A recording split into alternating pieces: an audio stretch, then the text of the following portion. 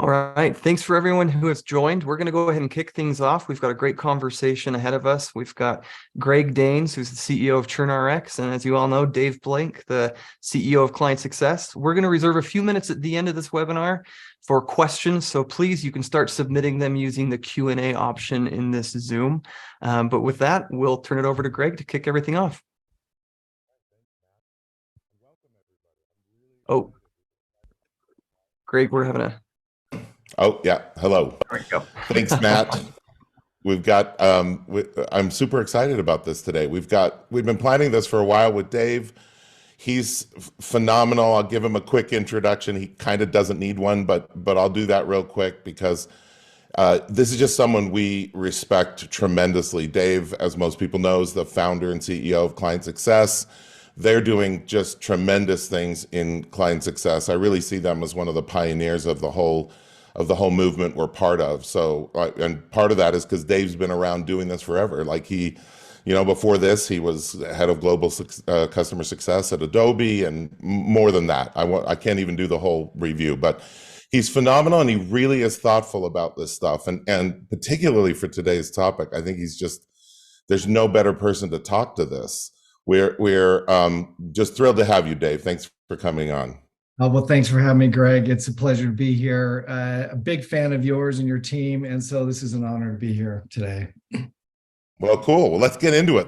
I think this is some fun stuff today. We've got a really big question, and I mean it's come up because we're in interesting times, right? In normal times, major investments like CS that absorb resources and time and attention have to be justified, and then in extreme times, that becomes urgent. That becomes, it becomes life or death. It's existential, and I think in this case, not just for CS, but in a way for companies. And I want to talk about that too. But yeah, kind of the big question is, what is the reality today of demonstrating the value of CS within a company? It's time to to really lay down on that and understand what the aspects of it are, and particularly for people who are listening or watching this, how can they do that, right? So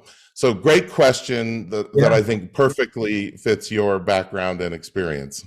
Well, yeah, it is a great question, and as you said, now is a unique time, and right now is a time where we can, those of us who are the champions of customer success, and all of us on this call, we can shine an incredible spotlight on the value of customer success in an organization, and it really needs to. It's interesting. I'll back up a little bit. I wrote a blog post back in May 2020, right at the start of COVID. And I said, it was an open letter to CEOs, and I said, now is the time to double down on customer success. And the whole premise was, at that time, people were pausing spend, and pipelines were drying up. And it really became a shift in businesses, in a lot of business. There were certainly some businesses that were thriving, but a lot of businesses were not. And the theory of the post was, double down on customer success now. Take care of your current customers. Find expansion within your current customers, and that will help you navigate this difficult time. I think we're definitely in one of those periods again, where certainly advocating to CEOs and leaders to double down on customer success. And you see that in most cases. Unfortunately, you see some that are also, don't get customer success, or just flat out need to make some tough decisions in a business. And unfortunately, the customer success team and department or spend aren't immune to tough decisions to navigate times like that. And so now more than ever, our ability to demonstrate the value of customer success, our value, what we bring to the organization is more critical than ever. Yeah. By the way, I remember that post, and it really struck me, partly because you weren't saying keep customer success, don't cut. You were saying double down on it. You were saying going the other direction.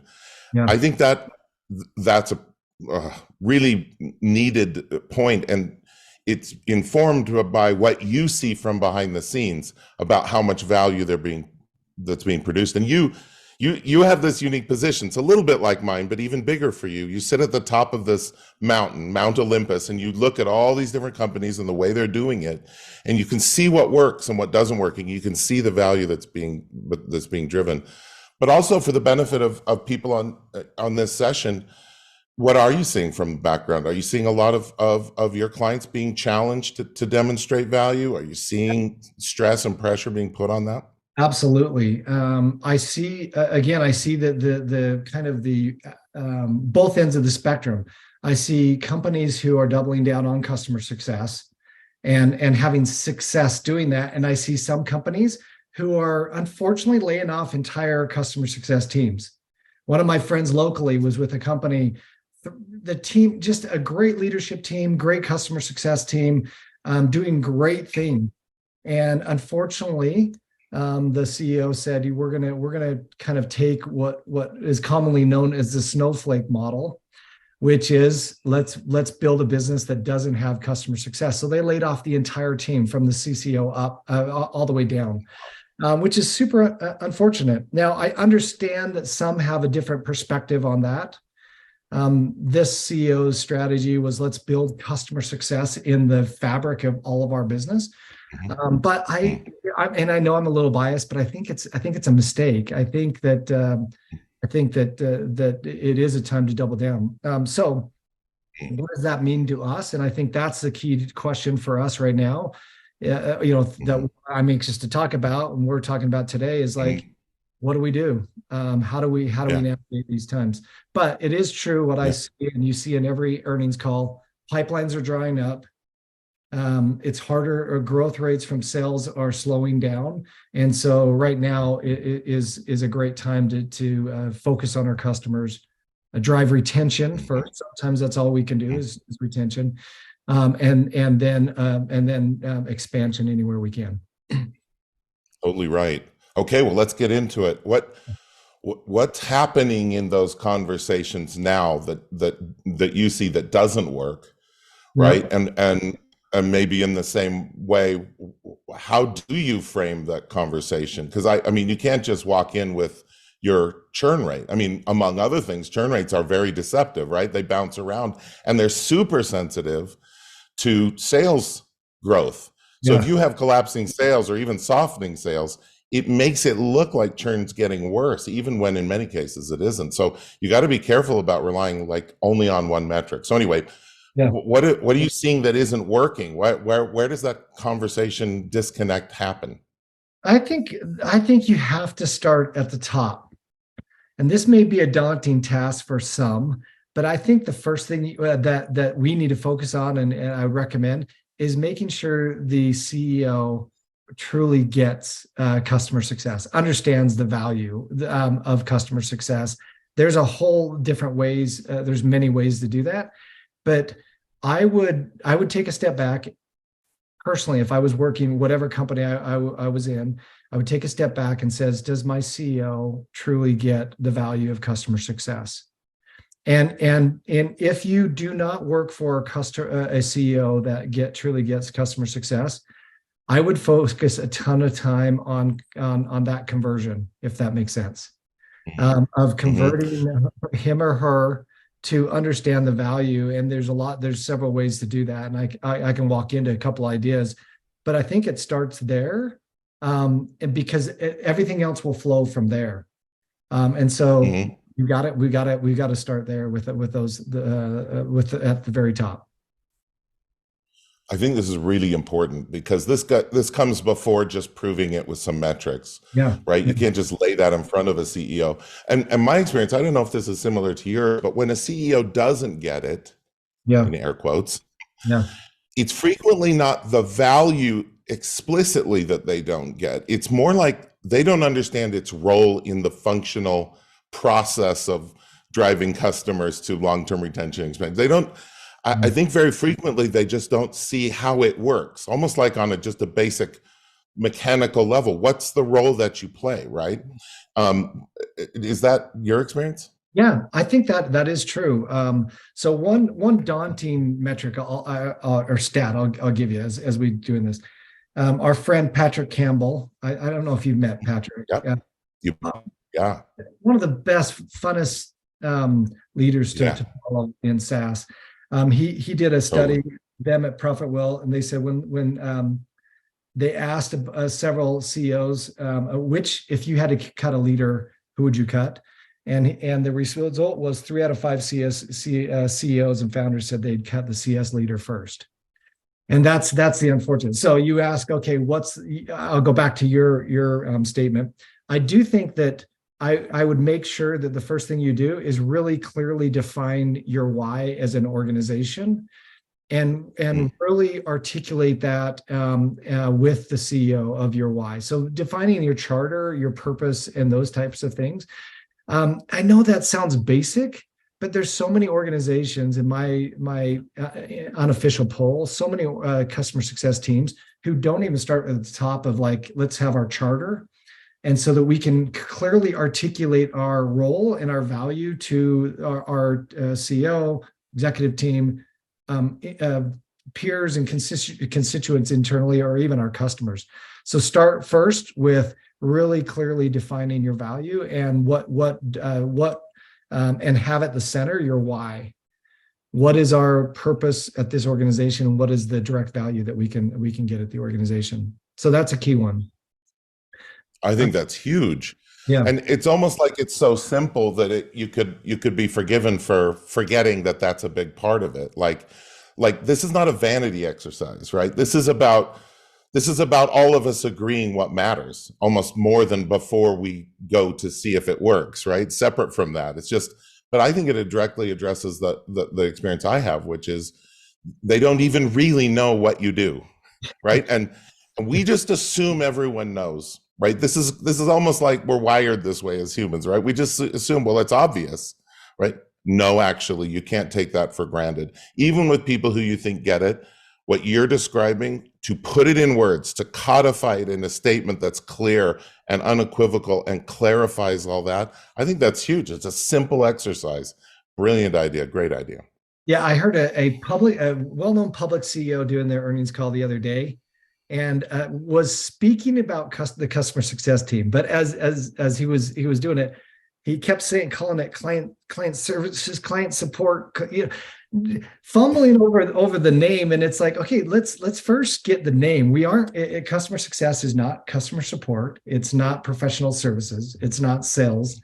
So let's get it to where everybody's using the correct name first, understands the why, and then really understands the differentiation of the different roles around it. How do we differentiate between support and professional services and sales, account management? That seems simple, but I think spending some really good time there is a foundational element that a lot of people forget to do. Absolutely. Awesome. What's next? What would you like? Where do you go next from there? Next, I would get the CEO out on the road or on as many calls as possible with you. Because if you really want to demonstrate your value, there's no better way to do it than to have the leadership team witness it directly in the calls and on the road with customers. There's so many values of that. One is that they understand your role and how you navigate, and you want to lead out in those conversations and those trips and those calls. They will hear firsthand from the customer, both how the customer experience is being delivered, but also hopefully the positive things that they're saying back about the value you're delivering. And the last thing is it will give your CEO and executive team kind of true empathy for your role, the overall customer experience, which will start to draw him or her in to advocate, to invest, and to highlight all the great things you're doing. So that would be the second thing I would suggest.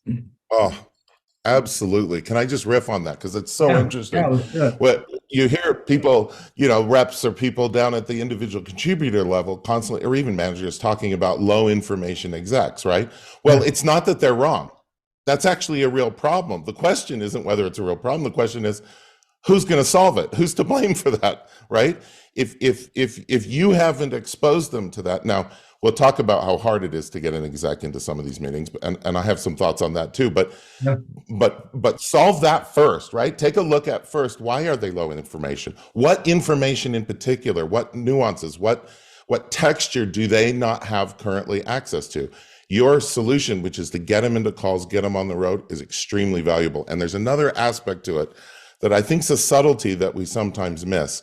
A lot of our customers are more complicated than just one person, right? It's a company. They might have a high-end kind of executive that's sponsoring it and somebody working on it and users over here. That complexity creates a problem, or at least a situation that has to be understood. And that is that we're not all talking to the same people.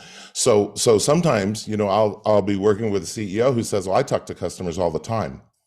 Yeah, but you don't talk to the same people we're talking to always. There are multiple levels going on here. When you get them into a call or into a meeting, suddenly they're seeing literally a whole level they didn't understand, a whole level of this experience. And by the way, it's useful for for client execs too, right? Both sure, sides need sure. this exposure. But they're seeing something, they're hearing a conversation. And I also want to comment on your thing about, well, they'll also more likely hear the positive. And my experience is that that's most of the time. Yeah, But the other thing is, what if it doesn't happen, right? A CSM or a CS leader is worried about pulling an exec or a CEO into a meeting because they don't know if it's going to be praise. Well, actually, don't worry about it. My experience is I most agree. of the time it will.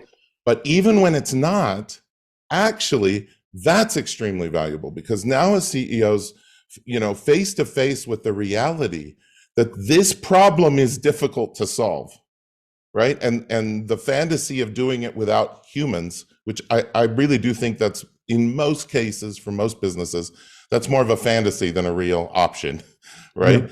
It just sort of melts away. It's like, oh, now I see, as complicated and difficult and intractable as some of these problems are, I can see why we can't do this with robots, right? I think that's a huge insight. I almost want to make sure if I'm exposing CEOs to these kind of things, I almost want to make sure at least one of them isn't so great. Yeah, I Actually, I think agree. that's a key part of their learning. I've got one. I want to respond to that, and I have a program, an idea I want to share too. I love so Greg, I'll set up my response in the fact that, Greg, I love how you push on conventional wisdom. I'm going to do one of those things right now. I think one of the Great. greatest ways to develop relationships and to is through escalation calls. Actually, now I don't wish an escalation call on anybody because that means we're doing something. But the number of times where I've seen an escalation call completely turn around a customer relationship is innumerable. I've seen that happen.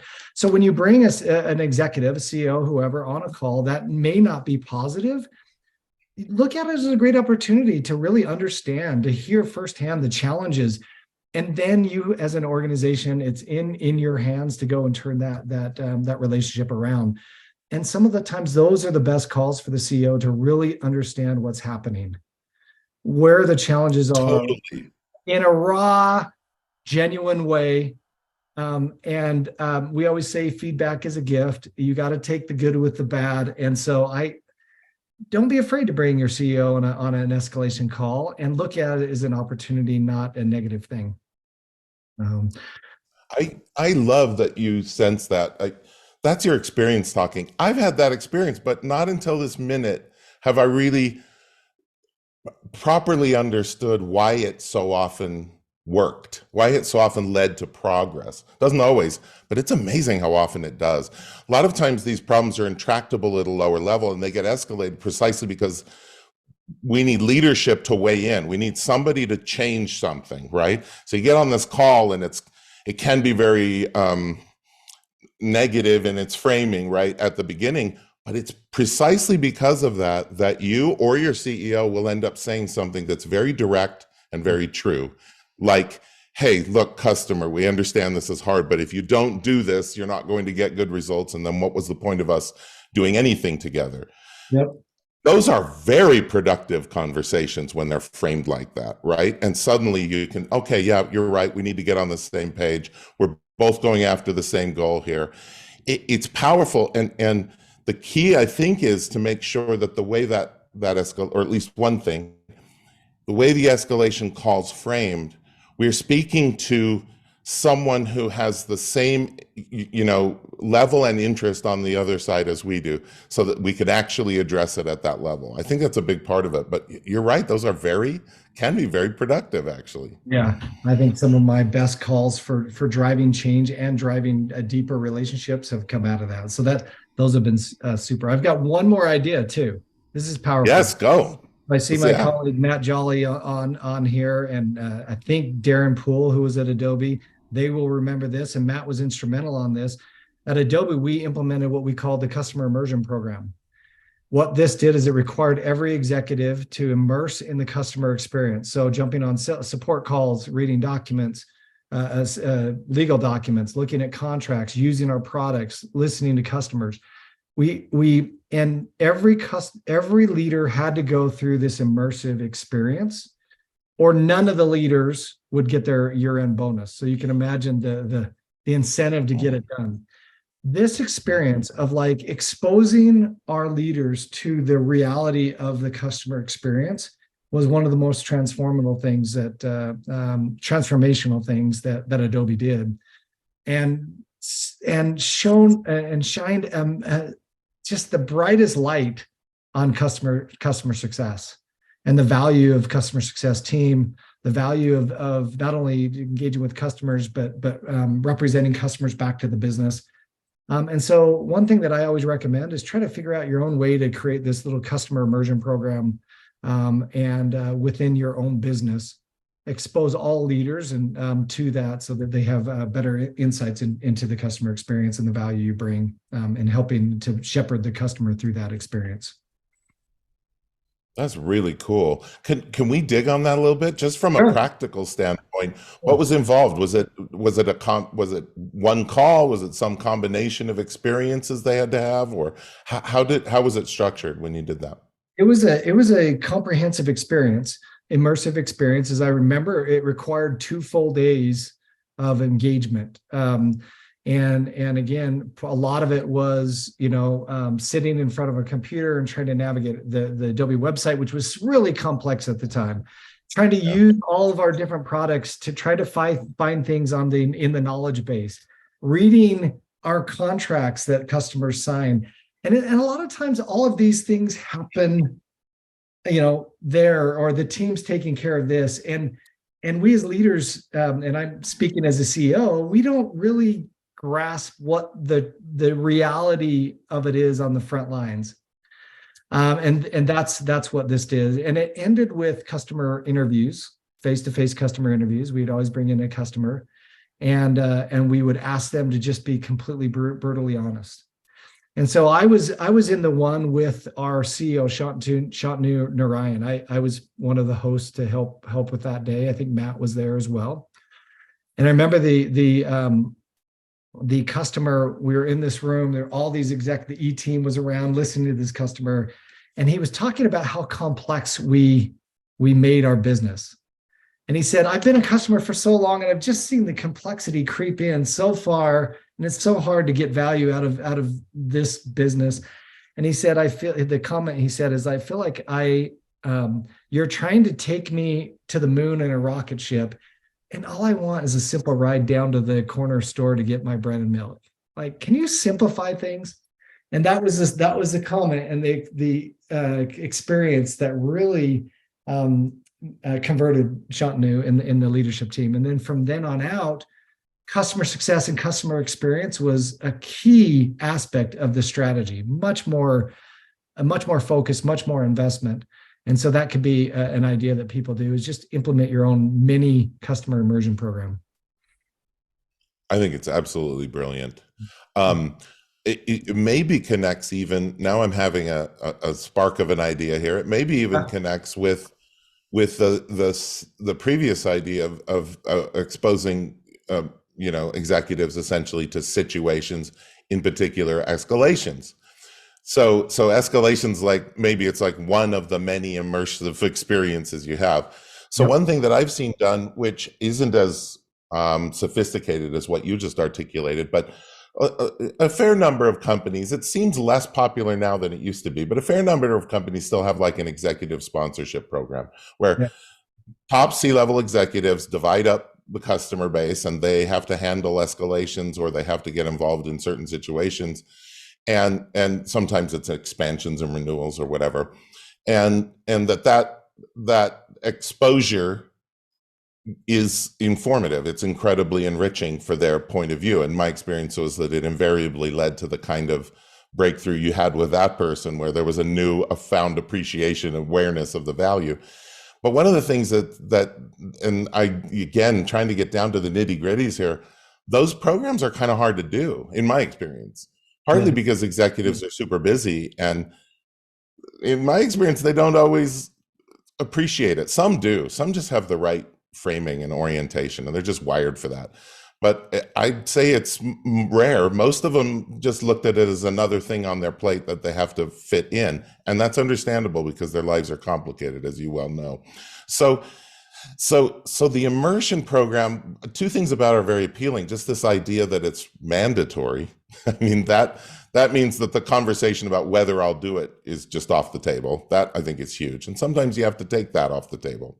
Yeah. But the other side is sort of, well, okay, is it framed in such a way that they'll see it as value adding to what they do rather than just empathy building for what you do? And the one thing that I saw done really well a couple of times was when it was brought to these executives that they get to participate in these things in ways that will invariably inform key decisions they make and stories they tell up the chain. Because, I mean, a big thing with executives is they have to have stories. They really do. They have to have stories. A lot of what they do is about telling a story, painting a vision, right? And when they're trapped in a board meeting, as you know, it can be very uncomfortable. And sometimes it's like, no, I have a story for this. Let me explain the thinking around this. And my experience is most of those stories were coming from either escalations or real situations in which they had to get involved. So that's another aspect, is can we paint it as value adding for them? And I think it isn't hard to do that if you kind of see it that way, right? Yeah. I think as leaders, we're always looking to frame things around the customer, to put the customer at the center of everything we do.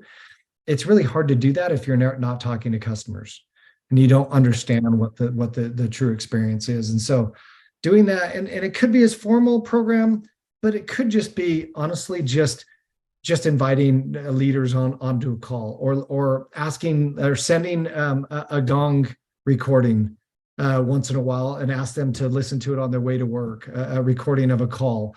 There's various ways you can do it, from simple ways to more advanced ways. The key thing is bring them into your world. Help them understand what you do, but through firsthand experience, through firsthand understanding, and that will have a ripple effect on everything else. And now that's just the first. There's a lot of other things, but that's a key start there. Yeah. Well, and I think it's important because it's an exposure that you control. If you're inviting someone, if you're sending them a recording, they do hear about customers all the time, but a lot of it's just negative noise that's filtered through layers, right? So this gives you a chance to do that. I would almost suggest, and I'm just sort of thinking of this through right now, but I can see that if one of the things you feel in your company is that it's not connecting, that there isn't, or maybe it's partially there, but you feel like there could be a lot more clarity and understanding higher up. Maybe this is just something where you set a goal of once a month to invite one of the top C-level executives to something, to send them a gong recording, or to invite them to and you get to find that. And if they can't make that meeting, then you find 2 or 3 more, and eventually you get it put into their calendar. I think that just the practice of saying, this is my cadence, my goal is to do this on this cadence, I think that can make a huge difference. Even I started out by talking about eventually the shoe kind of drops and it's like, prove your value, right? Well, even then, I don't think it's too late. Like you might say, well, it's too late now. If I should have started this 6 months ago. Okay, maybe. But I really do think that's defeatist thinking. I really do think it's like actually each of those touches is real. Each time they hear and see a real person. I think it's really powerful. I think it can have an effect probably faster than we think. Yeah, I think start where you are and start simple and build from there. Totally. Well, this is fascinating. I want to ask you a couple questions about the way. So one of the things that happens in CS quite often is these battlefield promotions. I was a really terrific CSM. Before I know it, I'm a manager. Before I know it, I have a VP title, and I'm getting asked to come into meetings that are just intimidating, right? Maybe it's a board meeting, but it may be other executive type meetings.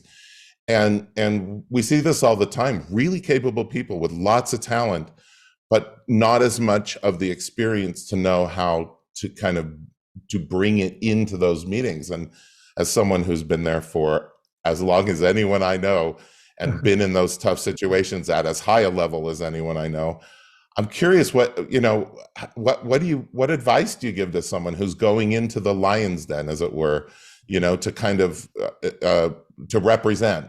Any thoughts on that? Yeah, I certainly have my painful scars from learning these throughout my career. First of all, I hope you have that. If you're a leader here, you should be in those conversations. And that's another question. If you're not, then the question is why not? But I hope you are in the conversations. And I think it's just to embrace it. And my advice in those is one is make sure you own a number. I think if we're showing value in an organization, the first thing to do is make sure your organization owns a number.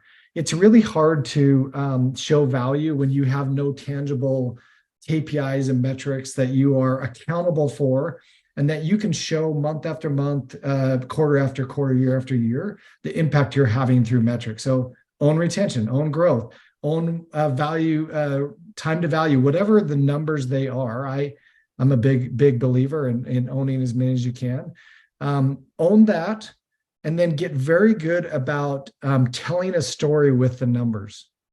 Because in these conversations, you're going into boardrooms or executive meetings or town halls, and you're being asked to represent what the customer's perspective is, for one. So tell me a story and put the customer at the center of the story, what they're experiencing. And then the second one is, what should we do as a business based on the data and insights that you're receiving from the front line and from the customers? So if I have high churn, why do I have high churn? Tell me a story, put it in and come back with 3 suggestions of how to reduce churn.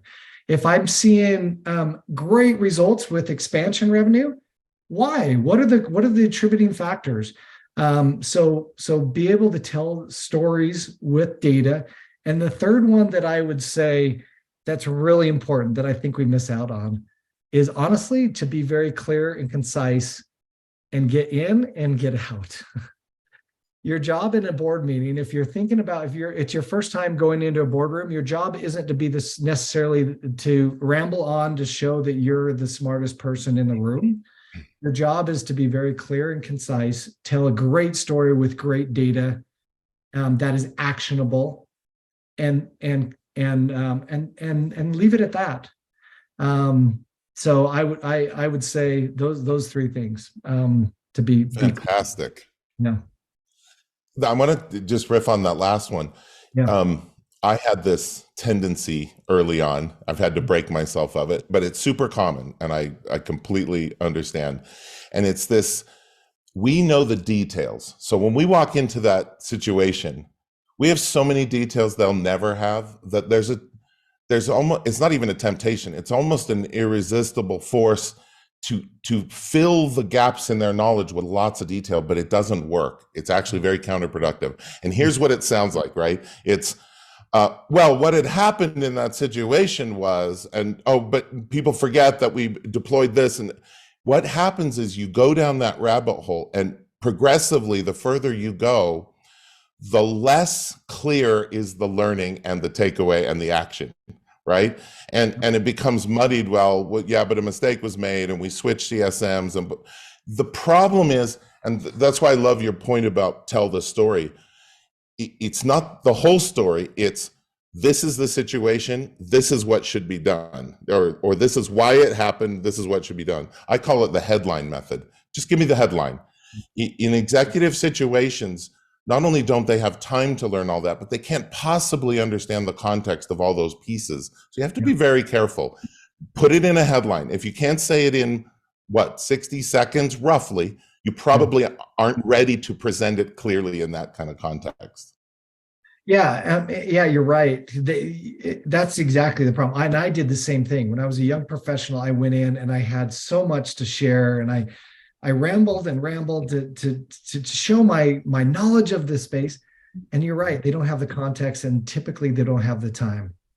And what they want is they just want, give me very clear, concise insights to the business that will help me understand what the core is, the essence of the success and the challenges and the recommendations, and almost have a script, go in, be clear, concise, share your story with data, share your recommendations, and then be out. I promise that will be a lot more successful than trying to go in and show. We got to remember, like, one of the things that I've learned on both sides, being invited into those rooms and being kind of hosting the rooms as a CEO, is that there's so much happening in those discussions. Usually the time that you have allotted becomes shorter, and you're right. There's so much knowledge being shared in one day that they're really just looking for the essence. So find that essence, deliver it really clear and concise and quickly, and nail it, and then move on. Absolutely brilliant. Another thing about this that you mentioned, which I want to pick up on. So, one of the things we do when we go in there, and I have been there, we've all been there, so I have total empathy for this, is a sense of, I'm not understood. It's like my mental framing is, they don't understand me, they don't appreciate me or us or what we do or whatever. And that may be true, by the way, but it lacks empathy, because actually they have a problem too. They have challenges too. And if you want to be effective in executive meetings, one of the things I learned was, understand their pressure. They're actually under as much or much more pressure than you probably. Understand what it's for and how you can help them. So now, much later in my career, I've come to understand that when I walk in there, my purpose is to help them too. And what would help them? Well, it's actually exactly what you said. If you can tell a clear story that has a clear, actionable decision, a policy that could be implemented, believe it or not, you're actually helping them with their problem. Because one of the things CEOs and C-level executives in general are under pressure constantly is to know what to do and to make a decision and to execute on it. When you walk in and you say, here's a thing we could do, I've thought through how we could do it, here's why it's justified, etc. If you're just super clear, you're actually showing an appreciation for the thing they're doing and for the challenge that they have. And one of the things that shocks me is how appreciative they are. You think, well, this should be obvious. I've been saying it for months. No, don't assume it's obvious. Walk in there with a clear explanation as to why and what we can do. You won't believe how often they'll look at you as, actually, thank you for that. That's something that I need right now, is some clear justification and a clear decision that I can articulate, and you've helped me do that. That's a big deal. And by the way, the value that we bring to the organization is at least significantly on this level, right? You might think of it as only, well, how much retention did we bring, or how much expansion? Yeah, great. But actually, don't underestimate how much of the value you bring to the organization as a leader is in your ability to understand customers, to decide what matters, to figure out what could be done, and then to articulate that to people higher up the chain. They badly need and want that, and when you demonstrate that you can do that, they're going to be much less likely to think of you as expendable. Oh, you nailed it, Greg. What you just said, I think, was a key highlight today. We just had this situation yesterday where we got our executive, our product steering committee, trying to decide with the resources, the limited resources that everybody has, like how do we prioritize these key strategic initiatives from a product perspective over the coming 6 months? All of them, like from the CEO, I'm like, I see value in that. I see tremendous value in that. All of them, I can see tremendous value. But what I'm trying to decide is like, what are the 2 things that we're going to prioritize out of 4? And so to the value of it, my customer success leader to come in and say, I've got a good handle on what customers need. I understand their use cases. I understand the impact that these decisions will have on the business, primarily from a revenue or a retention perspective. And here's my recommendations. Super valuable, because those are the main areas that we want to make decisions around is the customer. Your ability as a leader to articulate that is super important. Yeah. Okay, maybe just a real practical question. Yeah. You've been in lots of those meetings, and you've seen people come in this role and do their thing, and sometimes they do it really well and sometimes they stumble. Any practical tips, like just for instance, should they come with slides? Is that a risk? Does it what are just some practical ways to present yourself well in those situations? A couple of things. I would build out your slides and make sure you practice and present those to the CEO before you come in, and make sure you're on the same page. You don't want to surprise anybody necessarily with it, especially the CEO in front of the board. So typically keep your slides tight, very simple, and lead with a simple executive summary slide that in a way that's so simple and concise that you assume I'm not going to get to any of the others. So a lot of times you'll have maybe one slide and then you'll have all these graphs and recommendations. What I would do is go into it with one summary slide at the beginning, your own executive, I call it the state of your business, your state of customer success, the state of the business. Very simple and clear and concise. Assume you're not going to get to the other, and be able to articulate it in one slide what you're seeing and what your recommendations are. And then assume you're not going to get any that you're going to get a fraction of the time that you thought was going to be allotted. Because so many times, I swear, everyone that I've been in and almost everyone I've run, I say, hey, be prepared for 20 minutes, and they end up with 5 minutes or 10 minutes or 2 minutes or whatever. It's just or 0 minutes. Exactly. That's why the slides. It happens all the time. Yeah, the slides have to stand on their own to be able to tell your story without you explaining it.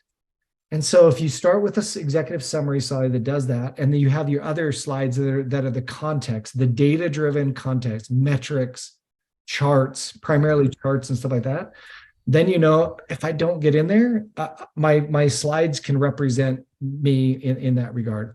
And then just really take the cue of the CEO. Remember that you're an invited guest in the sense. I've been in situations where one of those guests have kind of just thrown off the vibe of the board meeting. And I hate to, and it's just because we weren't on the same page and there were surprises and stuff like that. Just be on the same page, and then everything else will flow well. I think it's really smart to preview what you're going to show with whoever's on the hot seat. It's usually the CEO, right? Or the CFO. So great suggestions.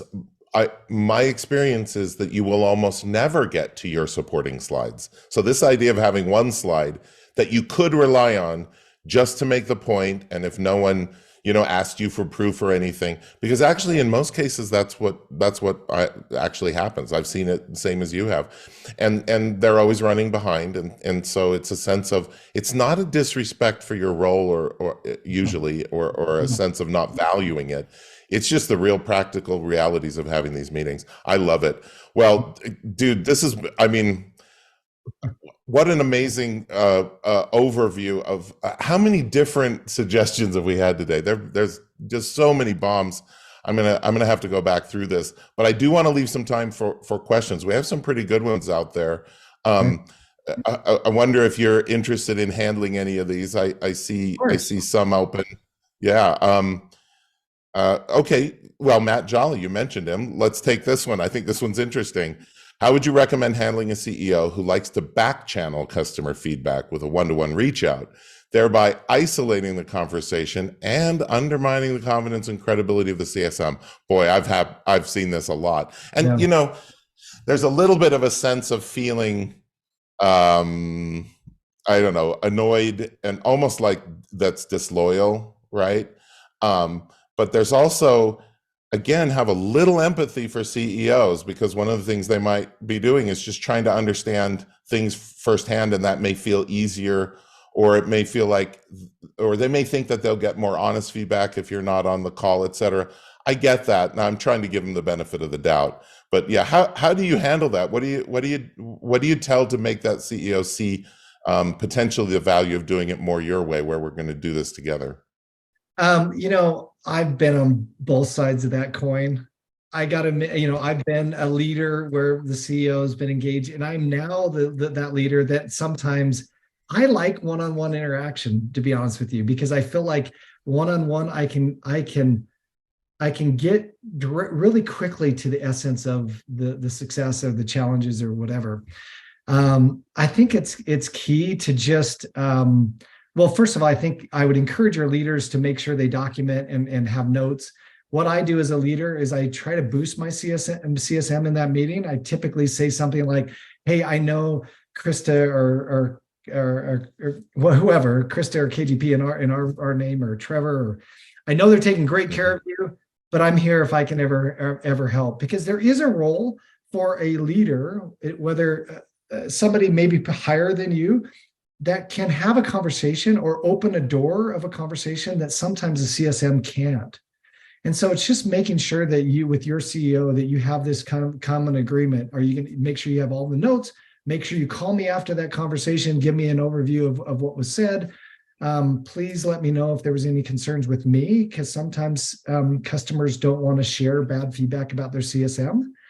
And then and just have this kind of agreement of like, how do we work together versus feel like we're working separately. And it really comes down to a personality and kind of establishing that kind of that engagement, I don't know, rule of thumb or agreement internally about how you can work together and make sure that it's not seamless and you're not undercutting each other. But I'm actually, at times I'm the worst. I'll have a call. I forget to do my notes because I'm on a run. I'm hurrying. I usually would try to call the CSM, but I do see there's roles, and I think if you just try to have some common agreement of how you're gonna document, follow up, support each other, boost each other in those calls is really important.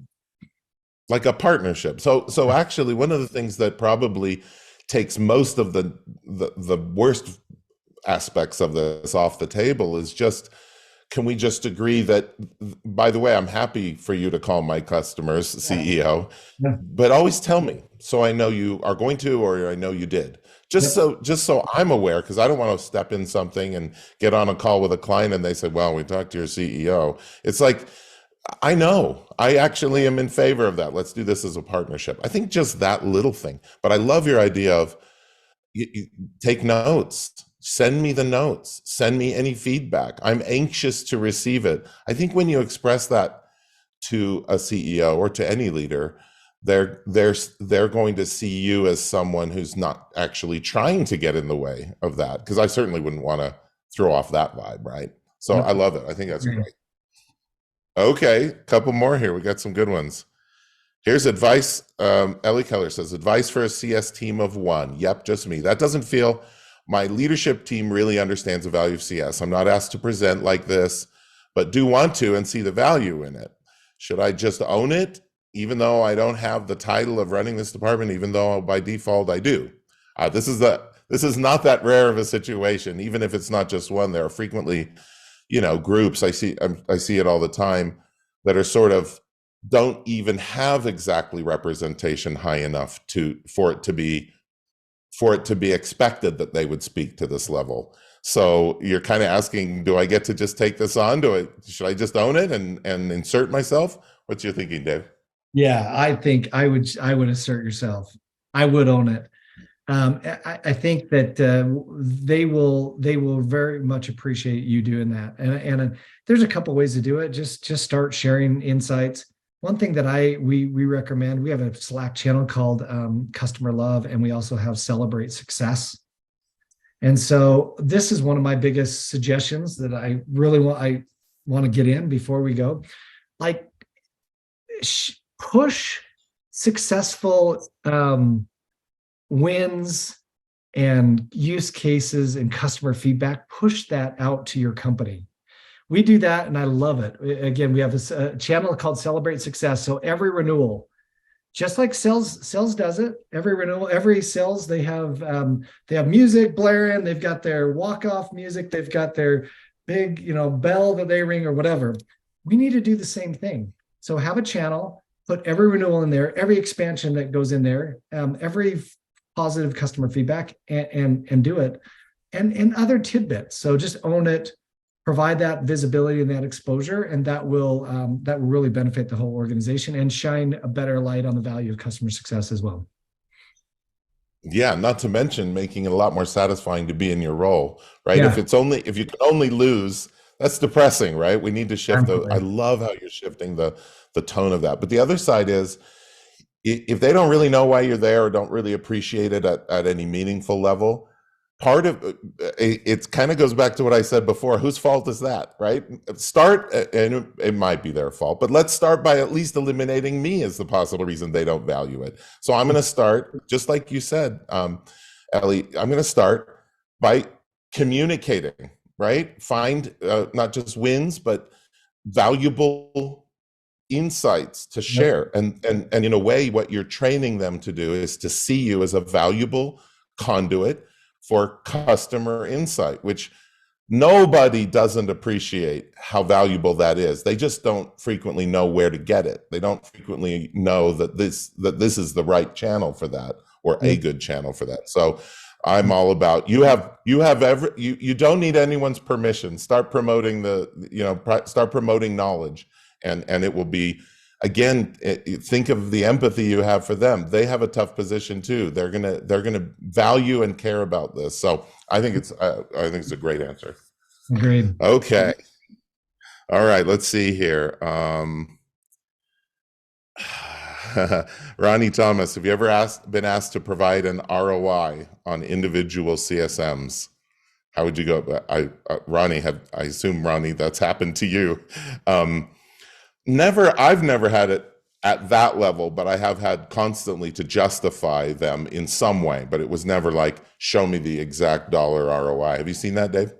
Yeah, probably indirectly, not individually on individual CSMs. The way I probably would do it is I would look at their renewal and their expansion metrics to understand how they're doing from there, and other impactful ways. I have a thing that's called resell, the resell model for me. It's basically ways that we show value in customer success. One is retention, two is expansion, the E. S is like second order revenue, which is like revenue that comes through previous customers or current customers. Advocacy, are your customers advocating? How many advocacy activities has this CSM's customers had, like references, referrals, case studies? Lifetime value, how long are over the life, how long are their customers staying? And then executive sponsors, like what kind of relationship do they have with executive sponsors? So it's a resale, and I would frame ROI against that model. that model, the resale, retention, expansion, second order revenue, advocacy, lifetime value, and executive sponsors. Those are all tangible things that a CSM can impact. And I would try to tie metrics back to those to show the ROI that they're having along those vectors, if that makes sense, or those KPIs. That's absolutely fantastic. And you could almost just put that on a slide and say, what's my answer for each of these things in a sentence?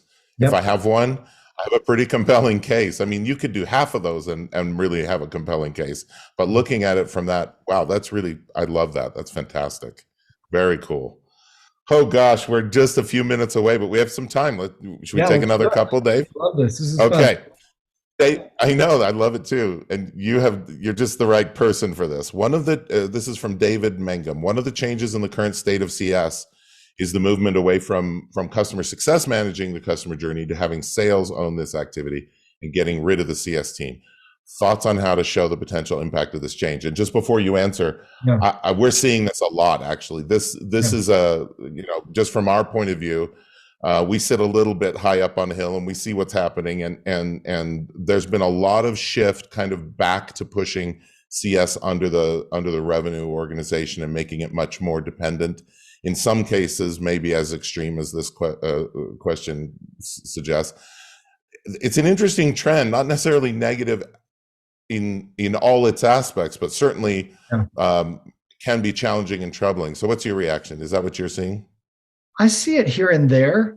I call it again the snowflake model, because that's what Snowflake. They had no customer success team. They have a unique product that is essentially very sticky and retains itself, if that makes sense. I think there's very few products that meet that model. There are some that don't require it, and certainly are, but most products can benefit from somebody helping to drive value with a customer, either from a retention or purely to accelerate expansion. And the question that I'd have is, one, do you have a product that retains and grows itself? Those are very few and far between. Second thing is, do I really want my sales team focused? You're having your sales team focus their time on customer challenges, customer journey, onboarding, whatever. Do I want them closing deals, or do I want them managing the life cycle? So I think it's a risky move. And I think that, again, I would go back to some of the things we talked to today is that to really